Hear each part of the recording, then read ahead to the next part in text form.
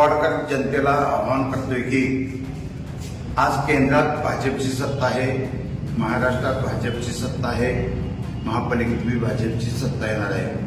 कारण केंद्र महाराष्ट्राने इथले 2 आमदार आमचे माननीय सुधीरदादा गाडगे सामनेचे असू देत आणि मिरजेचे आमदार खाडेसाहेब असू देत. हा मतदारसंघात 2 भाग असल्यामुळे दोन्ही आमदारांनी एवढे विकासाचं ओझे आमच्या कुपवाडकरांच्या जनतेवर टाकलेलं आहे की त्यांनी नागरी सुविधा देण्यात त्या दोन्ही आमदारांनी कुठेही कमी पडलेलं नाही.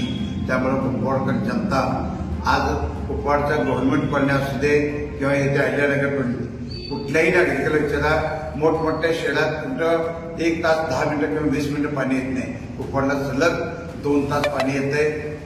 आमदारांनी दोन्ही कामं केल्यात. त्या कामाच्या ओझ्याचं रूपानं कुपवाडकरच्या नागरिकांनी सर्वपणे 1 नंबर वार्ड असू दे, 2 नंबर वार्ड असू दे किंवा 8 नंबर वार्ड असू दे, इथले 12 आणि गव्हर्नमेंट कडलीतली सुद्धा ज्या सीटा आहेत त्या सगळ्या 14 ते 16 सीटा या भाजपच्या निवडून येणार.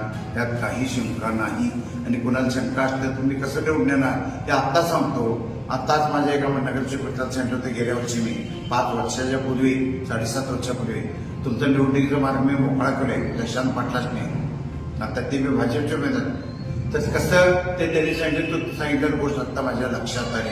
तुम्ही त्या प्रशांत पाटलाला विचारा गेल्या 7.5 वर्ष मी काय सांगितलं. त्यामुळं कुपवाडचं राजकारण हे कुपवाडच्या विकासासाठी झटणार आहे. जातीभेदाच्या किंवा ऐन टायमाला येऊन मतं मागण्याच्या पाठीमागे जाणार नाही.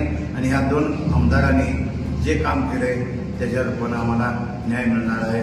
कुपवाडकरचे सगळी 12 ते 14 सीटा निवडून येणार आहे. गव्हर्नमेंट पण इथले 2 आणि इकडल्या 12 एवढंच मी